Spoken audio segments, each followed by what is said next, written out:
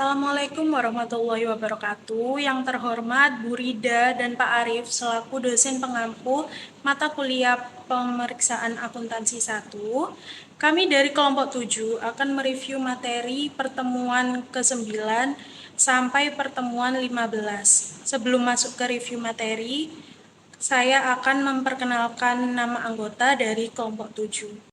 Baik, berikut merupakan nama anggota dari kelompok 7. Yang pertama ada Nanda Kanisa dengan NPM 018, yang kedua ada Signorita dengan NPM 43, yang ketiga ada Yoga dengan NPM 94, yang keempat ada Naila Sakira dengan NPM 230, dan yang terakhir Adinda Dea dengan NPM 320. Untuk materi pertemuan ke-9 akan dijelaskan oleh teman saya. Saya Naila Sakira dengan NP Mahiran 230. Di sini saya akan menjelaskan pertemuan 9 terkait perencanaan audit dan materialitas serta prosedur audit. Yang pertama ada perencanaan audit. Perencanaan audit sendiri itu ada 3. Yang pertama, penerimaan klien. Menentukan apakah akan menerima klien baru atau melanjutkan klien lama. Lalu mengidentifikasi alasan klien ingin dilakukan audit. Lalu memenuhi syarat penugasan yang ditetapkan oleh klien, dan yang terakhir mengembangkan strategi audit keseluruhan. Yang kedua ada memahami bisnis klien. Yang pertama terkait industri dan lingkungan eksternal, lalu ada operasi dan proses bisnis, lalu ada manajemen dan tata kelola. Selanjutnya ada strategi dan tujuan klien, dan yang terakhir ada ukuran dan kinerja. Untuk yang ketiga ada prosedur analitikal awal. Yang pertama mengidentifikasi perhitungan atau perbandingan yang dibuat. Yang kedua mengembangkan harapan. Yang ketiga melaksanakan perhitungan atau perbandingan. Yang keempat menganalisis data dan mengidentifikasi perbedaan signifikan. Yang kelima menyelidiki dan mengevaluasi perbedaan signifikan yang tidak terduga. Yang keenam, menentukan dampak hasil prosedur analitik pada perencanaan audit. Lalu ada konsep materialitas. Materialitas adalah kesalahan saji atau informasi yang dapat mempengaruhi laporan keuangan. Konsep materialitas sendiri itu ada 2. Yang pertama ada pertimbangan awal. Terkait kondisi entitas dan ukuran serta sifat salah saji dan dasar pertimbangan kebutuhan informasi keuangan umum pengguna.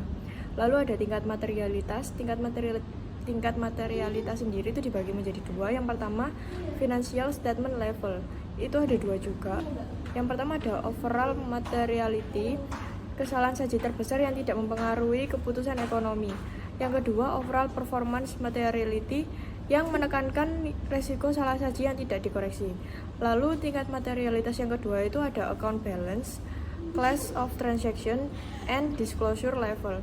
Yang pertama ada specific materiality, yaitu jumlah salah saji lebih rendah dari overall materiality. Yang kedua ada specific performance materiality, yang menekan risiko salah saji lebih rendah dari specific materiality. Lalu selanjutnya ada tujuan pengendalian internal. Yang pertama ada reliabilitas pelaporan keuangan, yaitu memastikan laporan keuangan dapat diandalkan.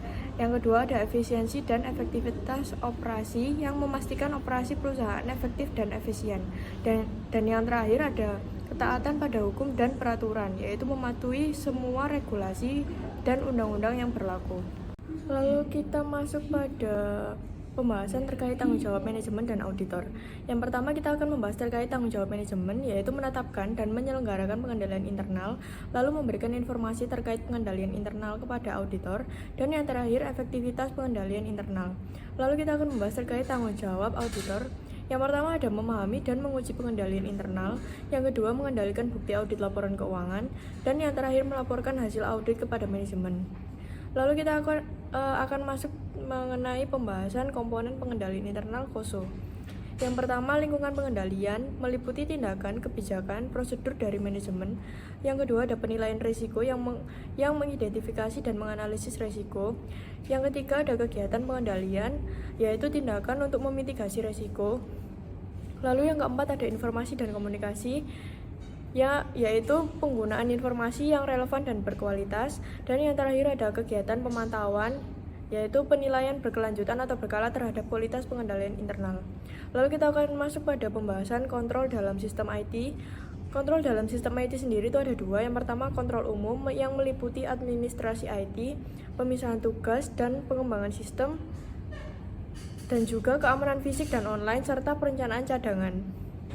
Lalu kita akan membahas terkait kontrol aplikasi.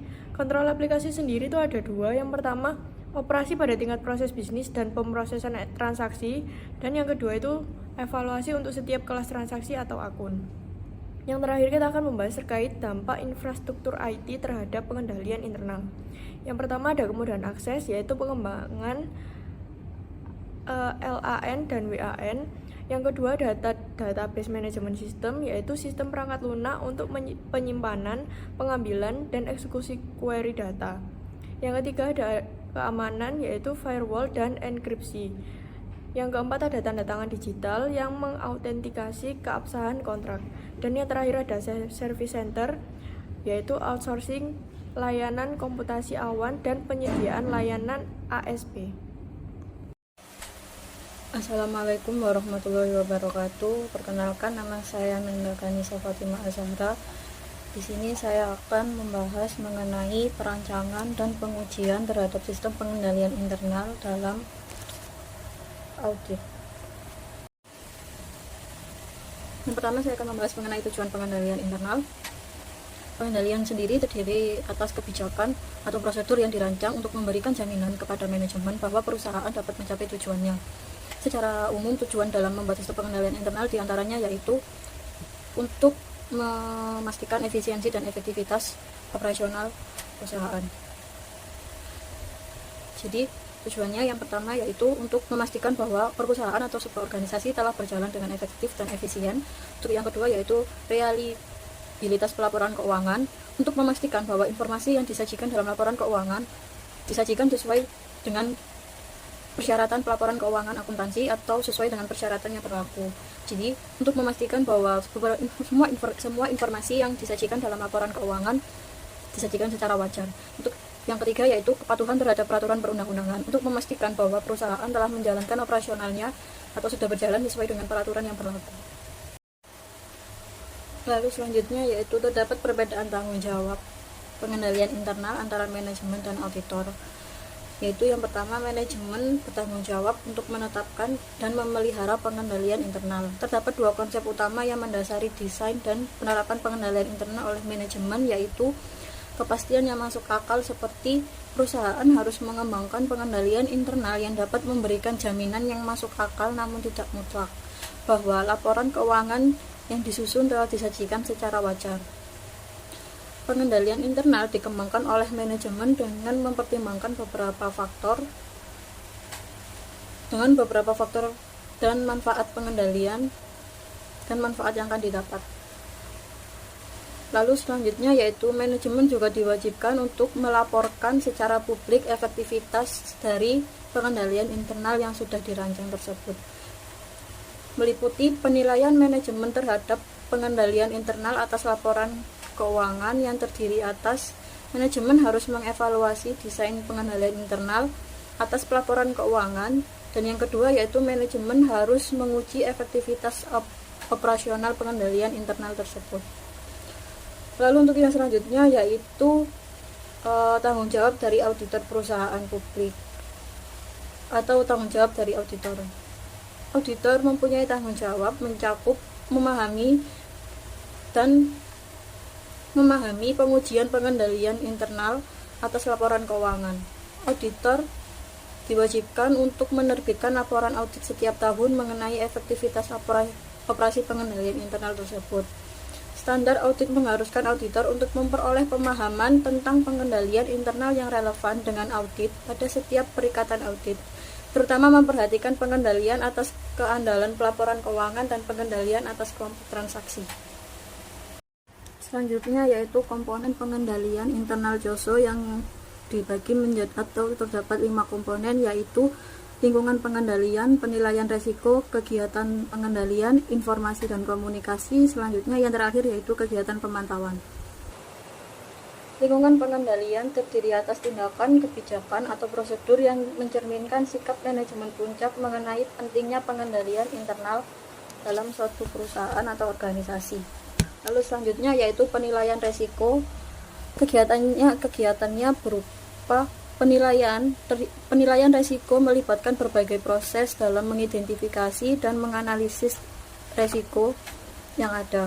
Selanjutnya yaitu kegiatan pengendalian, yaitu suatu tindakan atau keputusan yang diambil untuk memitigasi resiko tersebut sehingga potensi tercapainya tujuan perusahaan dapat tercapai lebih besar.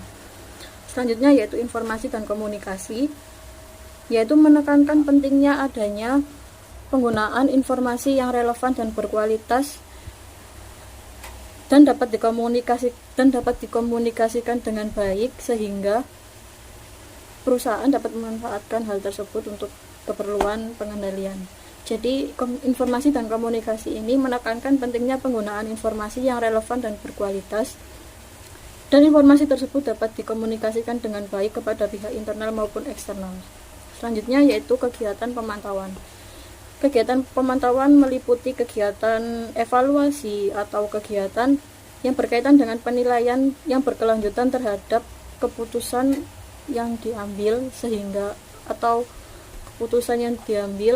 dan penilaian atau evaluasi secara berkala terhadap kualitas audit internal tersebut. Jadi ketika audit internal itu memerlukan evaluasi atau memerlukan perbaikan dapat segera dilaksanakan sehingga pengendalian internal dapat berjalan lebih baik.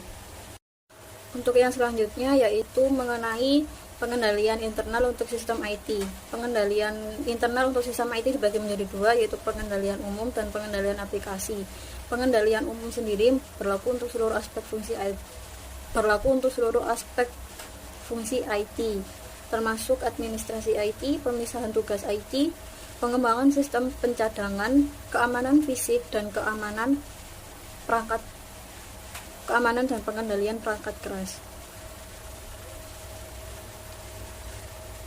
Administrasi IT merupakan sikap dewan direksi atau manajemen senior mengenai teknologi yang dapat mempengaruhi persepsi pentingnya teknologi dalam suatu organisasi. Pemisahan tugas IT diperlukan untuk mencegah personil atau karyawannya mengotorisasi dan mencatat transaksi untuk menutup pencurian aset. Selanjutnya yaitu pengembangan sistem. Pengembangan sistem dapat meliputi pembelian perangkat lunak, pengembangan sistem dapat meliputi pembelian perangkat lunak dan mengembangkan perangkat lunak internal yang dapat memenuhi kebutuhan organisasi. Selanjutnya yaitu keamanan fisik dan online atas akses ke perangkat keras dan perangkat lunak atau data-data yang terkait lainnya. Kontrol fisik atas komputer dan pembatasan terhadap perangkat lunak online serta file penting terkait untuk mengurangi resiko perubahan program dan file data yang tidak sah oleh pengguna lain atau oleh karyawan yang hendak melakukan kecurangan. Selanjutnya yaitu perencanaan pencadangan. Perencanaan pencadangan ini sangat penting karena terdapat beberapa resiko terjadinya kegagalan listrik atau terjadinya kebakaran serta kerusakan-kerusakan lain, bahkan adanya sabotase.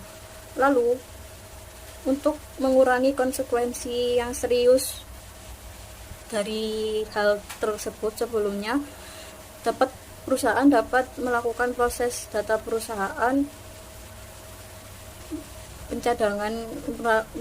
melakukan proses pencadangan untuk file-file yang penting.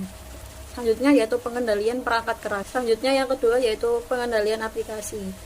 Pengendalian aplikasi sendiri merupakan pengendalian yang biasanya beroperasi pada tingkat proses bisnis dan berlaku untuk pemrosesan transaksi seperti pengendalian atas pemrosesan penjualan atau penerimaan kas.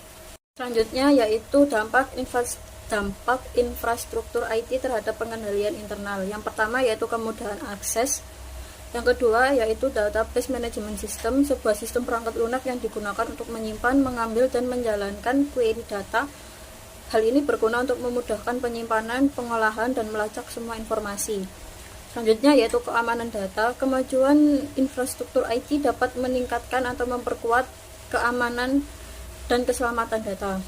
Selanjutnya yaitu adanya tanda tangan digital yang berguna untuk mengautentikasi keabsahan kontrak dengan mitra.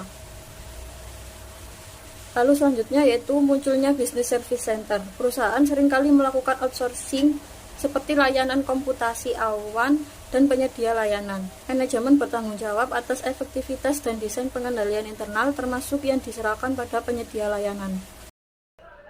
Baik, di sini saya akan menjelaskan terkait kertas kerja pemeriksaan dan bukti audit. Yang pertama yaitu terkait kertas kerja dan jenis kertas kerja. Kertas kerja sendiri adalah suatu hasil yang digunakan oleh auditor dalam memberikan suatu kesimpulan yang relevan terkait hasil dari audit sendiri. Ketika auditor telah melaksanakan audit, maka seorang auditor perlu melakukan dan memberikan hasilnya pada kertas kerja sendiri. Nah, untuk kertas kerja sendiri terdapat dua jenis. Yang pertama kertas kerja permanen dan yang kedua yaitu kertas kerja saat ini.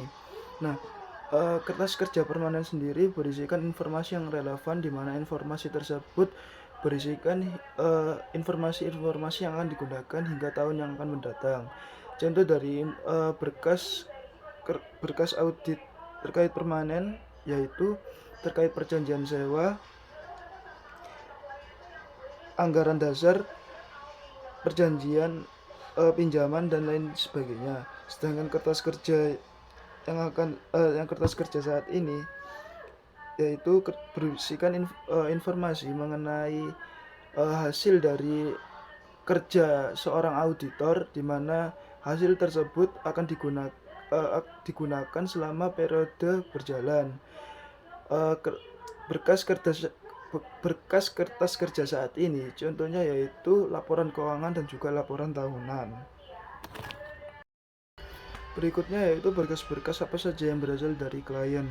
Di sini dari kelompok kami mereview adanya 8 berkas, di mana 8 berkas tersebut yang pertama yaitu adanya neraca saldo, yang kedua rekonsiliasi bank, ketiga analisis umur piutang, keempat adanya rincian persediaan, kelima ada rincian liabilitas, keenam adanya rincian beban umum dan administrasi, keenam ada rincian beban penjualan, dan yang ketujuh rincian beban penjualan, dan yang ke-8 adalah surat pernyataan langganan.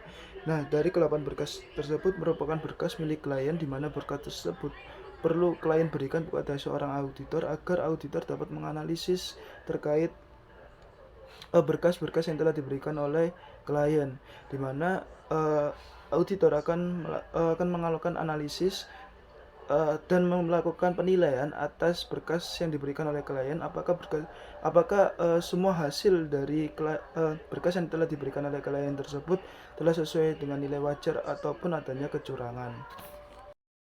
Berikutnya yaitu terkait analisa yang dibuat oleh auditor. Nah, dalam melakukan analisa yang dilakukan oleh auditor akan membuat analisa, yaitu adanya 5 tahap analisa yang dilakukan oleh auditor. Analisa yang dilakukan oleh auditor antara lain yang pertama yaitu berita acara cash of name atau cash conceit, yaitu di mana pada berita terkait berita acara kas tersebut, auditor akan membuat terkait berita acara apa, atau auditor dapat melakukan pemeriksaan terkait akun kas ataupun laporan pada kas. Kedua yaitu pemahaman dan evaluasi internal control, di mana auditor akan melakukan pertanyaan atas pengendalian internal dari objek yang diperiksa. Maksudnya yaitu auditor akan melakukan analisa terkait pengendalian internal perusahaan, apakah sesuai dengan kebijakan perusahaan ataupun tidak. Berikutnya yaitu analisa penarikan aset tetap. Nah, auditor juga akan melakukan analisa terkait aset tetap perusahaan, apakah adanya aset tetap yang dijual ataupun tidak. Yang keempat yaitu analisa mengenai cukup tidaknya allowance for bad debts. Yang keempat yaitu working balance sheet atau WBL, yaitu kertas kerja atas neraca saldo. Jadi auditor juga akan melakukan pengecekan terkait kertas kerja atas neraca saldo milik perusahaan. Auditor akan melakukan penilaian apakah kertas kerja dari neraca saldo tersebut telah sesuai dengan nilai wajar ataupun terdapat adanya kecurangan. Yang terakhir yaitu working profit and loss, yaitu WPL, yaitu kertas kerja atas laporan laba rugi. Jadi selain neraca saldo, auditor juga perlu melakukan analisa terkait laporan laba rugi milik perusahaan. Apakah laporan laba rugi tersebut adanya penjualan yang tidak tercatat sesuai dengan nilai wajar pada transaksi selama periode tersebut berakhir ataupun tidak. Jadi di laporan laba rugi apakah auditor akan melakukan analisa di mana analisa tersebut auditor akan menemukan suatu fraud atau kecurangan ataupun tidak. Nah, selanjutnya yaitu terkait berkas yang diperoleh dari pihak ketiga. Jadi, berkas apa saja yang diperlukan oleh auditor untuk melakukan hasil analisis terkait kertas kerja auditor. Di sini auditor juga memerlukan berkas pendukung dari pihak ketiga, di mana berkas tersebut antara lain yang pertama adanya hasil konfirmasi piutang, yang kedua hasil konfirmasi utang, ketiga informasi dari bank, dan yang keempat pernyataan dari penasihat hukum. Jadi berkas-berkas tersebut auditor perlukan sebagai bukti pendukung dengan asumsi bahwa ketika auditor melakukan penilaian kepada perusahaan apakah hasil yang auditor utarakan tersebut itu telah sesuai ataupun tidak. Dengan apa? Dengan melihat berkas pendukung lainnya dari pihak ketiga. Nah, berikutnya yaitu terkait tujuan dibuatnya kertas kerja pemeriksaan. Jadi, kertas kerja pemeriksaan bertujuan sebagai hasil dari pemeriksaan auditor, di mana auditor apakah auditor dapat meningkatkan kewajaran atas opini auditor terkait hasil analisa yang auditor laksanakan dan dituangkan pada kertas kerja. Kertas kerja juga bertujuan sebagai bukti bahwa auditor telah melaksanakan audit sesuai dengan standar operasional akuntan publik. Selain itu, kertas kerja juga digunakan oleh para auditor sebagai bahan evaluasi audit. Nah, jadi kertas kerja selain sebagai hasil dari para auditor, kertas kerja juga sebagai hasil dari bahan evaluasi auditor. Apakah auditor telah melaksanakan audit tersebut dengan sesuai dengan nilai wajar dan sesuai dengan standar operasional akuntan publik ataupun tidak. Sehingga apa? Sehingga ketika auditor akan melakukan audit terkait kertas kerja terkait hasil kertas kerja auditor, maka auditor dapat menjadikan bahan evaluasi hasil audit yang sebelumnya dengan yang sesudahnya. Nah, berikutnya yaitu terkait kriteria pembuatan kertas kerja pemeriksaan yang baik. Di sini auditor memerlukan beberapa kriteria yang diperlukan dalam dalam pembuatan kertas kerja. Nah, dari review dari kelompok kami mengambil adanya 8 kriteria yang perlu auditor lakukan. Yang pertama, kertas kerja pemeriksaan harus mempunyai tujuan. Jadi, percuma kalau auditor membuat kertas kerja tapi tidak memiliki tujuan atas dasar apa auditor membuat kertas kerja tersebut. Yang kedua, harus dicegah menulis kembali kertas kerja pemeriksaan sebab banyak kerugian. Jadi, kertas kerja itu seharusnya jangan ditulis kembali. Karena apa? Karena dapat mencegah adanya kerugian. Yang ketiga, dalam kertas kerja harus dijelaskan prosedur audit apa yang dilakukan dengan menggunakan audit trademark. Jadi, di dalam kertas kerja juga auditor perlu menuangkan metode apa yang digunakan oleh auditor dalam menuangkan ataupun dalam menganalisa hasil bukti audit auditor dengan menerapkan opini yang auditor berikan. Yang keempat yaitu kertas kerja pemeriksaan harus indeks atau cross index. Jadi kertas kerja tersebut harus sesuai dengan indeksnya, sesuai dengan kenyataannya dan tidak dibuat-buat. Agar apa? Agar terhindar dari kecurangan. Yang kelima yaitu kertas kerja harus diparaf oleh orang yang membuat dan mereview working paper sehingga dapat diketahui siapa saja yang bertanggung jawab. Jadi ketika auditor membuat suatu kertas kerja audit, auditor perlu memberikan bukti bahwa kertas kerja tersebut telah dibuat sesuai dengan nilai wajar dengan adanya tanda tangan dan stempel cap basah dari orang siapa yang membuat kertas kerja tersebut dan siapa orang yang mereview terkait kertas kerja auditor tersebut. Yang keenam yaitu setiap pertanyaan timbul pada review notes harus dijawab, tidak boleh ada open question, pertanyaan yang belum terjawab. Jadi kertas kerja dari yang dibuat oleh auditor harus di mana pertanyaan-pertanyaan sebelumnya harus dijawab oleh auditor sehingga tidak adanya pertanyaan baru yang belum terjawab oleh para auditor. Selanjutnya mengenai status kepemilikan dan penyimpanan kertas kerja pemeriksaan. Kertas kerja pemeriksaan adalah milik akuntan publik. Nah, hak auditor itu sendiri sebagai pemilik kertas kerja pemeriksaan terikat pada batasan-batasan moral yang dibuat untuk mencegah kebocoran data yang tidak semestinya mengenai kerahasiaan data klien. Nah, walaupun sebagian kertas kerja akuntan publik dapat digunakan sebagai sumber referensi bagi klien, namun kertas kerja pemeriksaan tersebut tidak dapat dianggap sebagai bagian atau pengganti dari catatan akuntansi klien tersebut. Apabila ada pihak lain yang ingin meminjam atau mereview kertas kerja pemeriksaan, baru bisa diberikan atas persetujuan tertulis dari klien yang bersangkutan. Akuntan publik harus mengambil langkah-langkah yang tepat untuk keamanan kertas kerja pemeriksaannya dan menyimpan kertas kerja tersebut sesuai dengan peraturan pemerintah yang berlaku dengan minimal 5 tahun. Selanjutnya ada bukti audit. Bukti audit merupakan data dan dokumen yang dikumpulkan oleh auditor saat melakukan audit untuk mendukung kesimpulan dan temuan yang diungkapkan dalam laporan audit. Nah, bukti tersebut harus objektif, relevan, dapat dipercaya, telah diverifikasi, dan terkait dengan risiko yang telah diidentifikasi. Auditor menggunakan bukti audit ini untuk menyusun laporan audit dan memberikan pendapat tentang keandalan informasi yang diaudit.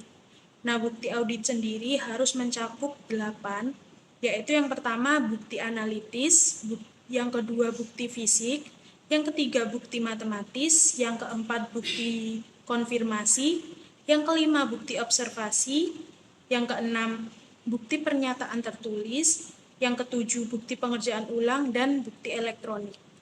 Selanjutnya, keputusan atas bukti audit. Keputusan atas bukti audit adalah keputusan penting yang dihadapi oleh auditor untuk menentukan jenis dan jumlah bukti audit yang tepat.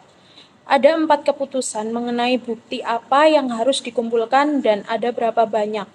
Yang pertama, ada prosedur audit mana yang harus digunakan.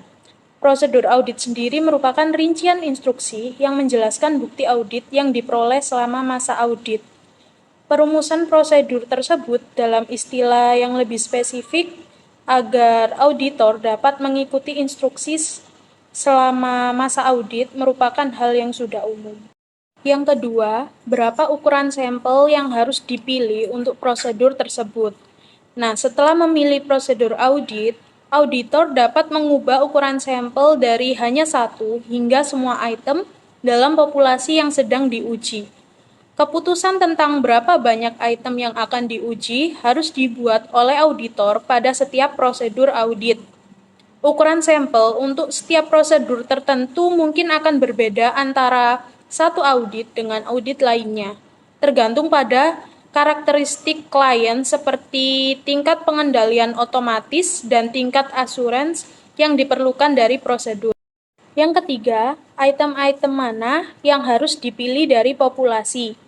Setelah menentukan ukuran sampel untuk suatu prosedur audit, auditor harus memutuskan item mana dalam populasi yang akan diuji. Beberapa metode digunakan untuk memilih cek-cek tertentu yang akan diperiksa. Ada 4 cara. Yang pertama, auditor dapat memilih suatu minggu dan memeriksa 50 cek pertama.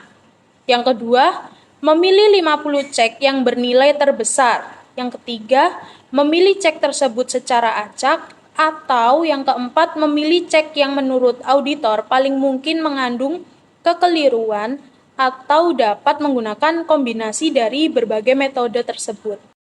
Dan yang terakhir, yang keempat, kapan harus melaksanakan prosedur tersebut. Audit atas laporan keuangan umumnya mencakup suatu periode seperti 1 tahun. Biasanya, suatu audit baru dianggap selesai setelah beberapa minggu atau beberapa bulan setelah berakhirnya suatu periode. Oleh karena itu, waktu pelaksanaan prosedur audit dapat bervariasi dari awal periode akuntansi hingga berakhirnya periode akuntansi tersebut. Sebagian keputusan waktu dipengaruhi oleh kapan klien membutuhkan audit untuk diselesaikan. Jenis bukti audit. Dalam memutuskan prosedur audit mana yang akan digunakan, auditor dapat memilihnya dari 8 kategori bukti yang luas, yang disebut sebagai jenis bukti audit. Setiap prosedur audit mendapat 1 atau lebih jenis bukti tersebut. Adapun jenis-jenis bukti tersebut adalah yang pertama, pemeriksaan fisik. Merupakan pemeriksaan atau perhitungan yang dilakukan auditor atas aktiva atau aset berwujud. Yang kedua, konfirmasi. Menjelaskan penerimaan respon tertulis langsung dari pihak ketiga yang memverifikasi keakuratan informasi yang diminta auditor. Yang ketiga, inspeksi merupakan pemeriksaan oleh auditor atas dokumen dan catatan klien untuk mendukung informasi yang tersaji atau seharusnya tersaji dalam laporan keuangan. Yang keempat, prosedur analitis berisi evaluasi informasi keuangan melalui analisis atas hubungan yang masuk akal antara data keuangan dan non-keuangan. Yang kelima, wawancara dengan klien. Upaya untuk memperoleh informasi secara lisan atau tertulis dari klien sebagai respons atas pertanyaan dari auditor. Yang keenam, rekalkulasi. Perhitungan atau pengecekan ulang atas sampel kalkulasi yang dibuat oleh klien. Yang ketujuh, pelaksanaan ulang. Pengujian independen yang dilakukan auditor atas prosedur atau pengendalian akuntansi klien yang semula dilakukan sebagai bagian dari sistem akuntansi dan pengendalian internal klien. Dan yang terakhir, observasi. Terdiri dari mengamati proses atau prosedur yang sedang dilakukan oleh pihak lain. Bab terakhir mengenai prosedur analitikal. Prosedur analitikal dapat dilakukan pada salah satu dari 3 waktu selama penugasan, yaitu yang pertama, prosedur analitikal diperlukan dalam tahap perencanaan sebagai bagian dari prosedur penilaian risiko untuk memahami bisnis dan industri klien serta membantu dalam menentukan sifat, ruang lingkup, dan waktu prosedur audit. Yang kedua, prosedur analitikal sering dilakukan selama tahap pengujian audit sebagai tes substantif untuk mendukung saldo akun. Dan yang ketiga, prosedur analitikal diperlukan selama tahap penyelesaian audit. Nah, jenis prosedur analitikal itu sendiri ada 4. Yang pertama, membandingkan data klien dengan data industri. Yang kedua, membandingkan data klien dengan data periode sebelumnya yang serupa. Yang ketiga, membandingkan data klien dengan hasil yang diharapkan klien. Dan yang keempat, membandingkan data klien dengan hasil yang diharapkan oleh auditor. Oke, baik. Selanjutnya di sini kita akan mereview terkait materi di pertemuan 15 dengan judul Kewajiban Hukum Terkait Kegagalan Audit. Oke, yang pertama, di sini kita akan membahas terkait adanya perubahan lingkungan hukum. Ada beberapa hal yang menyebabkan suatu lingkungan hukum ini dapat mengalami perubahan. Yang pertama adalah adanya peningkatan kesadaran penggunaan laporan keuangan akan tanggung jawab akuntan publik. Lalu yang kedua adalah adanya peningkatan kesadaran SEC mengenai kewajiban untuk melindungi kepentingan dari para pemegang saham. Lalu yang ketiga adalah banyaknya perusahaan akuntan publik yang lebih memilih menyelesaikan masalah hukum mereka di luar persidangan untuk menghindari biaya persidangan. Lalu yang terakhir adalah pengadilan kesulitan dalam menafsirkan masalah teknis terkait audit dan juga akuntansi. Sehingga perlu adanya perubahan-perubahan hukum dan nanti apabila ada proses hukum yang berlaku itu dapat dilakukan dengan sebaik mungkin, seperti itu. Lalu di sini kita juga perlu untuk mengetahui terkait perbedaan dari kegagalan bisnis, kegagalan audit dan juga adanya risiko audit. Untuk kegagalan bisnis sendiri itu adalah suatu kondisi di mana perusahaan itu tidak dapat mengembalikan dana yang diberikan oleh para peminjam atau tidak bisa memenuhi ekspektasi dari para pemegang saham. Hal ini dikarenakan keadaan ekonomi dan juga keadaan usaha yang tengah sulit. Contohnya tidak achieve atau tidak menutup target penjualan produk. Lalu yang kedua di sini terkait kegagalan audit, ini adalah satu kondisi ketika auditor itu mengeluarkan pendapat audit yang salah karena tidak memenuhi syarat yang tercantum pada standar audit yang diterima. Lalu yang terakhir adalah risiko audit. ini adalah satu kondisi yang memperlihatkan resiko yang dihadapi oleh auditor yang mensyaratkan bahwa laporan keuangan tersebut itu sudah benar sehingga pendapat auditor itu tidak bermutu, sudah diterbitkan pada kenyataan. Namun pada kenyataannya laporan tersebut ternyata tidak benar dan memiliki tingkat materialitas yang tinggi. Nah, risiko audit ini perlu untuk auditor bisa memanajemen mulai dari awal terkait risiko-risiko yang ada, sehingga pada saat auditor memberikan suatu opini terkait laporan keuangan tidak ada kesalahan opini untuk menilai suatu laporan keuangan. Oke, selanjutnya di sini kita perlu untuk mengetahui konsep hukum yang dapat mempengaruhi kewajiban. Jadi ada 3 aspek. Yang pertama adalah konsep hukum orang bijak. Jadi pengguna laporan keuangan itu perlu mengetahui seorang auditor itu apa tanggung jawabnya, apa batas-batasnya. Seorang auditor itu hanya mengaudit laporan keuangan, tidak sebagai penjamin dari laporan keuangan tersebut. Dan di sini para pengguna laporan keuangan perlu mengetahui batasan-batasan tersebut. Lalu yang kedua adalah kewajiban atas tindakan pihak lain. Jadi selama proses audit itu pihak-pihak ketiga atau pihak lain yang memang masih terkait dengan perusahaan yang diaudit itu perlu untuk bekerja sama dengan auditor untuk memastikan bahwa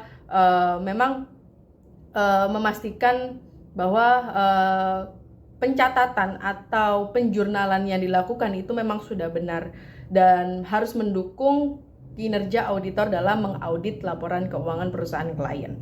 Lalu yang ketiga adalah adanya komunikasi yang istimewa. Nah, di sini seorang auditor itu tidak boleh untuk memiliki komunikasi yang istimewa dengan klien selain daripada komunikasi terkait secara profesional untuk jalannya proses audit itu tidak boleh ada komunikasi istimewa. Apabila di sini ada indikasi komunikasi istimewa antara auditor dan juga klien, maka di sini ada kecenderungan bahwa adanya komunikasi yang itu di luar daripada ranah profesional selama proses audit yang berlaku dan tentu nantinya akan mempengaruhi daripada hasil laporan audit.